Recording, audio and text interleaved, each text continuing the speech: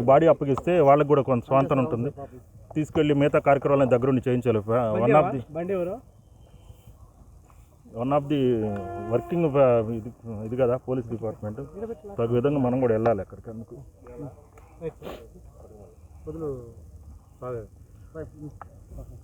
రైటా.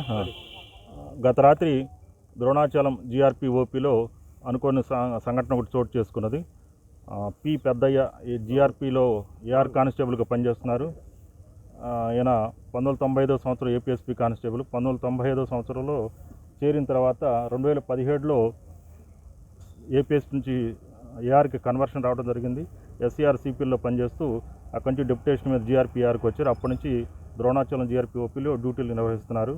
నిన్న రాత్రి హుబ్లీ విజయవాడకు వెళ్ళేటట్టు ఎక్స్ప్రెస్లో గుంతకాల నుంచి ద్రోణాచలం వరకు డ్యూటీ చేసి తిరిగి వచ్చారు. ఆ తిరిగి వచ్చే సందర్భంలో ఆయనకి ఇవ్వబడినటువంటి కేటాయించబడినట్టు వెపన్ ఎస్ఎం కార్బైన్ ఎస్ఎంసి దాన్ని తీసుకొని వచ్చి జిఆర్పిఓపిలో లాకప్ రూమ్లో ఉన్నటువంటి స్టోర్ దాంట్లో డిపాజిట్ చేయడం కోసం గాను దాన్ని తీసి ఆయన పెట్టేటువంటి సందర్భంలో పొరపాటున ఆ సేఫ్టీ క్యాచ్ నుంచి సింగిల్ అనేటువంటి మోడ్లోకి వెళ్ళటం జరిగింది.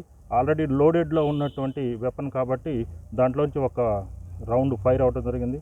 ఆయన యొక్క ఎడమవైపు దవడలోంచి లోపలికి రౌండ్ దూసుకొని వెళ్ళి ఆయన అక్కడక్కడే చనిపోవడం జరిగింది. ఈ సంఘటన అనుకోకుండా జరిగింది. దీని పట్ల ఇతర విషయాలు అంటే ఏమి లేవు. అలాగే వారికి భార్య, 2 కుమార్తెలు, 1 కుమారుడు ఉన్నారు. వీళ్ళు కూడా వచ్చారు, చూశారు. ఎలాంటి అనుమానం ఇతర విషయాలు కూడా వ్యక్తం చేయలేదు. కాబట్టి అనుకోకుండా జరిగిన దుర్ఘటనగా దీన్ని భావిస్తున్నాము.